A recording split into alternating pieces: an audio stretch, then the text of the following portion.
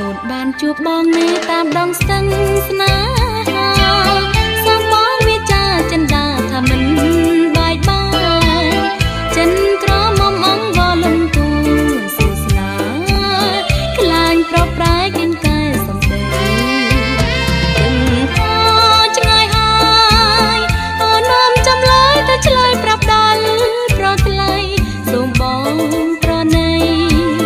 មេត្តាដល់ស្រីដែលប៉ែតទៅអូលើរូបបងក្នុងចិត្តអូនបានជួបបងនៅតាមដងស្ទឹងស្នេហា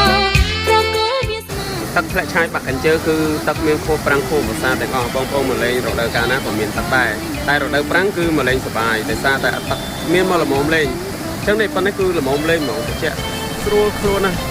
ហើយទឹកថ្លាស្អាត